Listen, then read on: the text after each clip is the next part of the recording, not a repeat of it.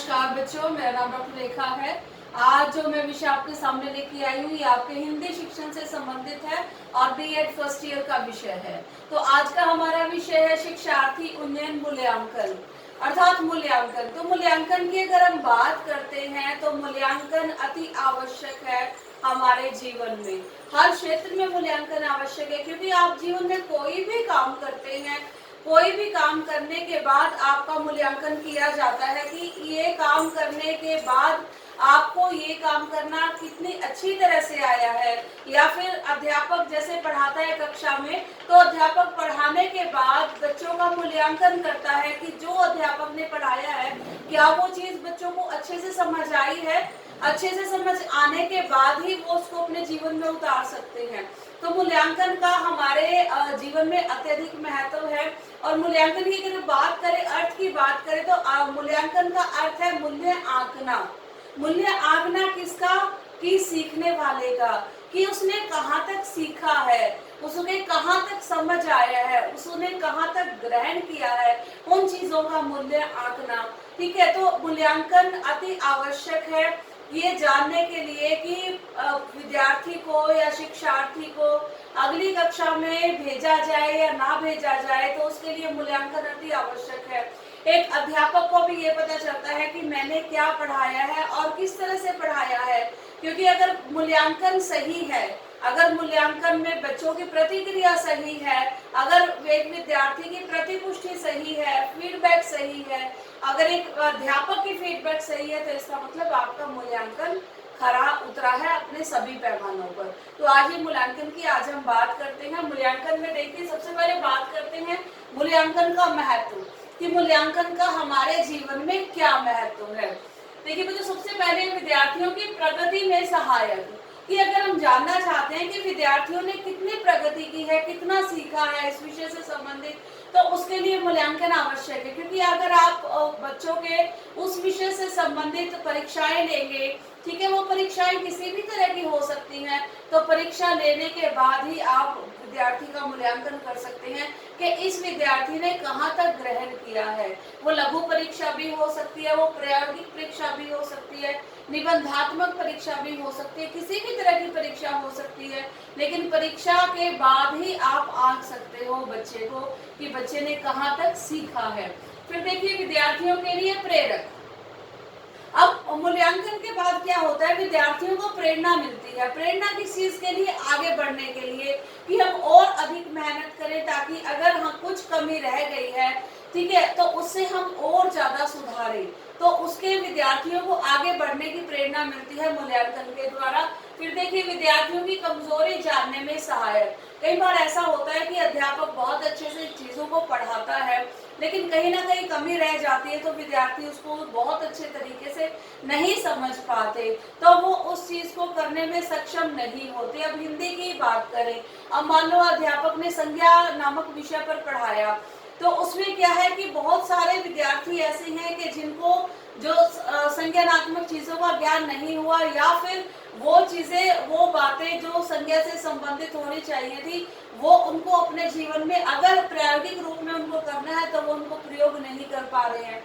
ठीक है, तो उससे संबंधित क्या होगा, विद्यार्थियों को पता चलेगा कि हमारी कमजोरी यहाँ पर है। मानो संज्ञा से संबंधित जितने भी प्रश्न हैं वो प्रश्न गलत हो जाएंगे, तो उसे अध्यापक को प्रतिपुष्टि मिलेगी और वो उस एक विषय को लेकर दोबारा से पढ़ाएगा बच्चों को। उसके बाद है स्तर स्थापन करने में सहायक। स्तर मतलब लेवल, आपका लेवल स्थापित हो जाता है मूल्यांकन के बाद, कि आप कहाँ पर स्टैंड करते हैं, कि आपने कितना कुछ सीखा है। और ये जानने के लिए एक विद्यार्थी का मूल्यांकन करना अति आवश्यक है। उसके बाद देखिए उद्देश्य प्राप्ति में सहायक। अब हमारा उद्देश्य क्या होता है कि एक ज्ञान का अर्जन करना, चीजों को सीखना और इस कक्षा से अगली कक्षा में जाना। तो इन उद्देश्यों की प्राप्ति के लिए हमें मूल्यांकन करना पड़ता है और ये अति आवश्यक है। फिर देखिए शिक्षण विधियों के सुधार में सहायक। कई बार ऐसा होता है कि अध्यापक जिन विधियों का प्रयोग कर रहा है बच्चों को पढ़ाने के लिए, कि उन विधियों से बच्चों को समझ में नहीं आ रहा, और जिस तरह से उसको रिजल्ट मिलने चाहिए थे, परिणाम मिलना चाहिए था, उस तरह से परिणाम नहीं मिल रहा। ठीक है, तो अध्यापक क्या करता है, उसके बाद अपनी विधियों में सुधार करता है कि उसको ये लगता है कि कहीं ना कहीं मेरी विधियों में कोई प्रॉब्लम रही होगी, तभी इन बच्चों को इस विधि से समझ नहीं आया, और वो एक विधि को छोड़कर वो दूसरी विधि का अपने शिक्षण में प्रयोग करता है। उसके बाद देखिए पाठ्यक्रम में के सुधार में सहायक। अगर पाठ्यक्रम में कुछ ऐसी चीजें हैं, कुछ ऐसी वस्तुएं हैं, कुछ ऐसी सामग्री है जो बहुत मुश्किल होती है या दुरूह होती है कई बार बच्चों के लिए समझना उस चीज को, तो उसमें भी पाठ्यक्रम में भी हम सुधार कर सकते हैं। मूल्यांकन के द्वारा हम पाठ्यक्रम में परिवर्तन कर सकते हैं कि पाठ्यक्रम में परिवर्तन किया जाए ताकि जो सभी बच्चों को समस्या आ रही है वो समस्या बच्चों को ना आए।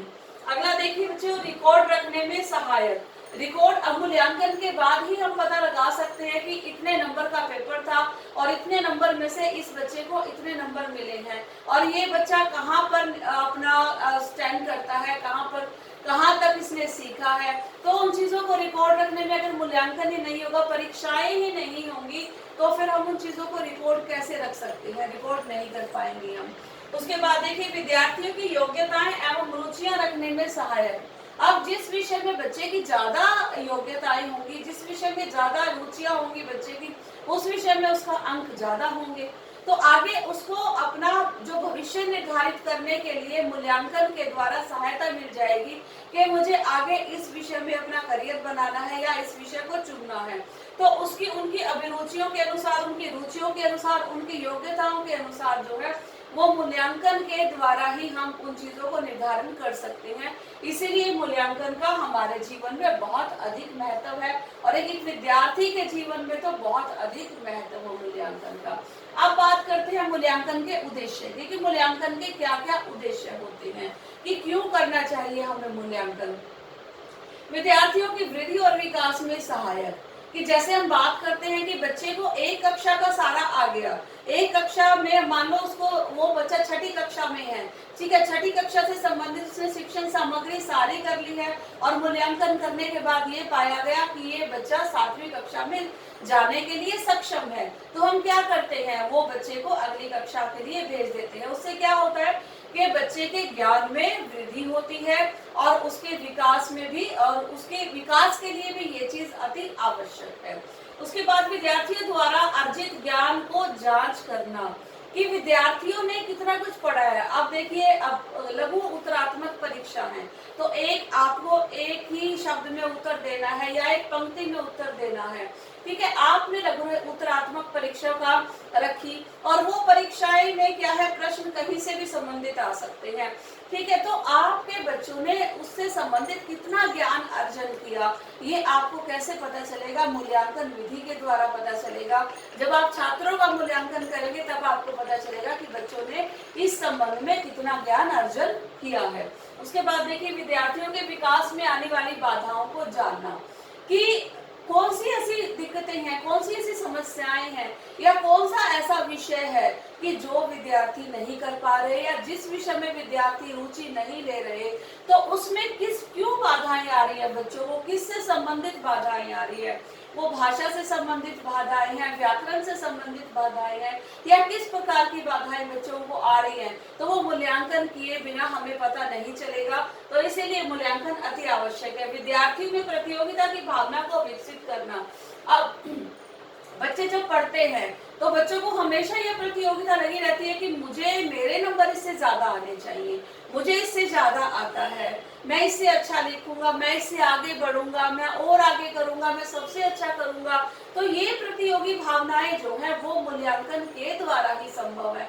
मूल्यांकन के द्वारा हम विद्यार्थियों में इस प्रकार की भावनाओं का विकास कर सकते हैं ताकि वो जीवन में आगे बढ़े। उसके बाद है विद्यार्थियों के अधिगम के लिए प्रेरित करना। अब विद्यार्थियों को पढ़ने के लिए प्रेरित करना है। अब जब बच्चों को होता है कि मन में एक डर होता है कि हमारा आज पेपर है, तो उस दिन बच्चे बहुत अच्छे से पढ़ते हैं, ठीक है। और ये सभी के साथ है ये बात कि जब हमें होता है कि आज हमारी परीक्षा है और परीक्षा में हमारा मूल्यांकन होगा, हमारे नंबर भी आएंगे, ठीक है। अध्यापक के सामने हमारी क्या होगी, हमें पता चलता है कि अध्यापक के सामने अगर बहुत अच्छे नंबर आते हैं तो शाबाशी मिलती है, ठीक है, पीठ भी आपकी थपथपाई जाती है।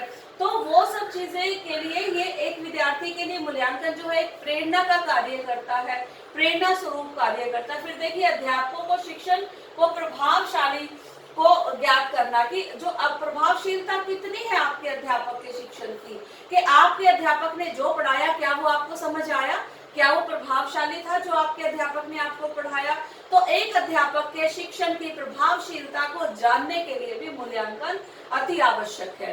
उसके बाद देखिए विद्यालयों में कक्षा शिक्षण में सुधार लाना, कि मैंने आपको संज्ञा का उदाहरण दिया था कि अगर कोई भी ऐसा विषय है कि जिसमें आपको लगता है कि बच्चे जो हैं वो बहुत अच्छा नहीं कर पा रहे हैं, या इसकी शिक्षण विधियों में बहुत ज्यादा प्रॉब्लम है, दिक्कत है, या फिर अध्यापक के साथ कोई ना कोई ऐसी चीज है कि वो उन चीजों को शिक्षण विधियों का अच्छी तरह से प्रयोग नहीं कर पा रहा या फिर पढ़ा नहीं रहा, तो उससे संबंधित जो भी है कक्षा शिक्षण में या कोई भी दिक्कत है बच्चों को, तो हम मूल्यांकन के द्वारा उनका सुधार कर सकते हैं। उसके बाद छात्रों का विभिन्न दृष्टियों से चयन करना, ठीक है, विभिन्न दृष्टियों से चयन करना मतलब आप देखिए कि जो बच्चे साइंस और मैथ में अच्छे होंगे, ठीक है, वो आगे अलग स्ट्रीम में जाएंगे, जो ह्यूमैनिटी कोर्सेज में अच्छे होंगे, ठीक है, वो अलग स्ट्रीम में जाएंगे, ठीक है। तो इस तरह से हमें आगे अपना कौन सा भविष्य में किस प्रकार के विषय का चयन करना है और भविष्य में किस विषय को लेकर चलना है, हमारी योग्यता कहाँ तक है, हम कहाँ तक सीमित है, कहाँ तक आगे जा सकते हैं,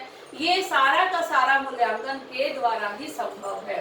ठीक है विद्यार्थियों, तो आज हमने मूल्यांकन की बात की। अभी मूल्यांकन को हम अगली वीडियो तक भी जारी रखेंगे और इससे अगला भाग मैं अगली वीडियो में कराऊंगी। ओके बच्चों, धन्यवाद।